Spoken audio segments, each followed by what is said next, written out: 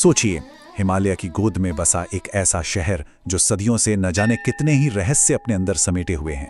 कुछ प्राचीन प्रथाएं तो कहीं एक जीवित देवी की कहानी। तो आज हम काठमांडू के उन्हीं अनकहे राजों से पर्दा उठाने वाले हैं। चलिए इन रहस्यों की गहराइयों में उतरते हैं। हमारी ये कहानी शुरू होती है साल 2015 के अप्रैल महीने से। एक जबरदस्त भूकंप ने काठमांडू शहर को हिलाकर रख दिया था। मतलब देखते ही देखते घर, दुकानें, सब कुछ मलबे के ढेर में बदल गया। और इस तबाही की कीमत बहुत बड़ी थी। करीब 9,000 लोगों ने अपनी जान गंवा दी, जो उस मलबे के नीचे कहीं दब गए। ये एक ऐसी त्रासदी थी जिसने पूरे देश को सच में झकझोर कर रख दिया था। पर इतनी भयानक तबाही के बीच एक सवाल उठता है, ऐसी कौन सी जगह थी जिसे वो शक्तिशाली भूकंप छू तक नहीं पाया? और बस यहीं से हमारा रहस्य शुरू होता है। हैरानी की बात यह है कि दो पवित्र स्थान इस तबाही से पूरी तरह महफूज रहे। पहला भगवान शिव को समर्पित पशुपतिनाथ मंदिर और दूसरा कुमारी घर, जहां एक जीवित देवी रहती हैं। सवाल यह है कि आखिर ऐसा हुआ कैसे? तो चलिए सबसे पहले बात करते हैं उस मंदिर की जो इस विनाश में भी एकदम अड़े खड़ा रहा। पशुपतिनाथ मंदिर की नींव इतनी शक्तिशाली कहानियों पर रखी गई है जो इसकी दिव्यता की गवाही देती हैं। नेपाल महात्म्य में एक कथा है। इसके अनुसार भगवान शिव एक बार हिरण का रूप लेकर बागमती नदी के किनारे घूम रहे थे। जब विष्णु जी उन्हें वापस ले जाने आए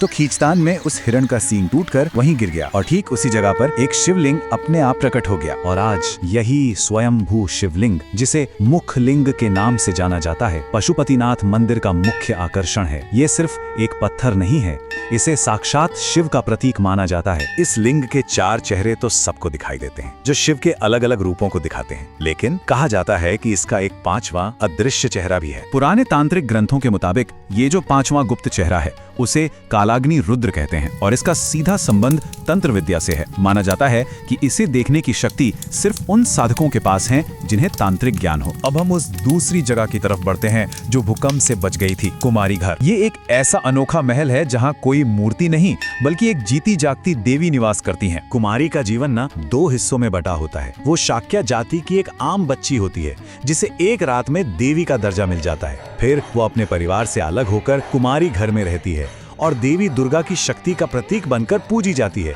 जब तक कि वो बड़ी नहीं हो जाती। लेकिन मन में ये सवाल तो आता ही है कि इस परंपरा के लिए एक बच्ची को ही क्यों चुना जाता है? इस नियम के पीछे एक बहुत गहरा आध्यात्मिक कारण छुपा है। देखिए, यहाँ के जो पुजारी हैं उनका मानना है कि जैसे जैसे शरीर और मन में बदलाव आते हैं, इंसान का मन विचलित होने लगता है और ऐसी स्थिति में देवी की जो दिव्य शक्ति है वो उस शरीर में नहीं रह सकती। इसीलिए उन्हें अपना पद त्यागना पड़ता है। तो पशुपतिनाथ के उस गुप्त चेहरे से लेकर कुमारी घर के रहस्यों तक एक धागा है जो इन सबको जोड़ता है, और वो है तंत्र विद्या। चलिए काठमांडू की इन गहरी और रहस्यमयी प्रथाओं को थोड़ा और समझते हैं। अब ये तंत्र विद्या आखिर है क्या? देखिए, ये हिंदू धर्म का एक बहुत ही प्राचीन ज्ञान है जिसमें ऐसे अनुष्ठान और पूजा पाठ होते हैं जो सामान्य भक्ति मार्ग से काफी अलग और तीव्र होते हैं। इसमें त्याग और बलिदान का एक खास महत्व होता है। काठमांडू में कई जगह हैं जो तांत्रिक साधना के लिए जानी जाती हैं। इनमें से सबसे प्रमुख है नारा देवी मंदिर और कीर्तिमुख भैरव मंदिर, जहाँ भगवान शिव के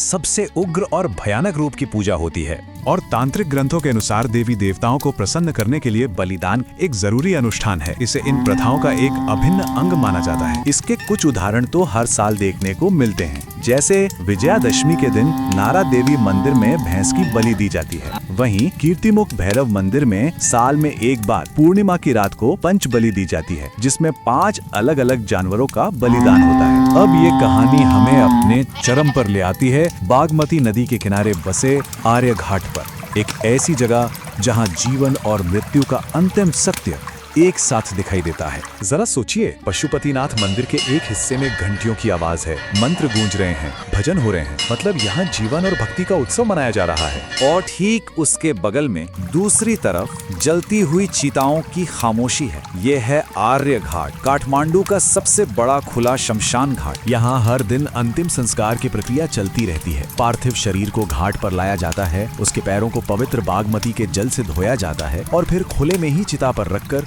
अंतिम विदाई दी जाती है। इस सब के पीछे ना एक बहुत गहरी आस्था जुड़ी है, मुक्ति की यानी मोक्ष की। लोगों का मानना है कि आर्य घाट पर जिसका अंतिम संस्कार होता है उसकी आत्मा को कर्मों के इस चक्र से मुक्ति मिल जाती है और वो मोक्ष के रास्ते पर आगे बढ़ती है। तो आखिर में ये सवाल बचता है, एक ऐसा शहर जो जीवन और मृत्यु को एक साथ एक ही जगह पर पूजता है, क्या विनाश को मात देने का उसका असली रहस्य यही है? शायद ये अटूट विश्वास ही है जो हर तबाही पर विजय पाने की असली शक्ति देता है। अगर आपको हमारी वीडियो पसंद आ रही है तो जरूर सब्सक्राइब करें द सनातनी फॉलोअर्स को और शेयर करें। धन्यवाद। आपका दिन शुभ हो।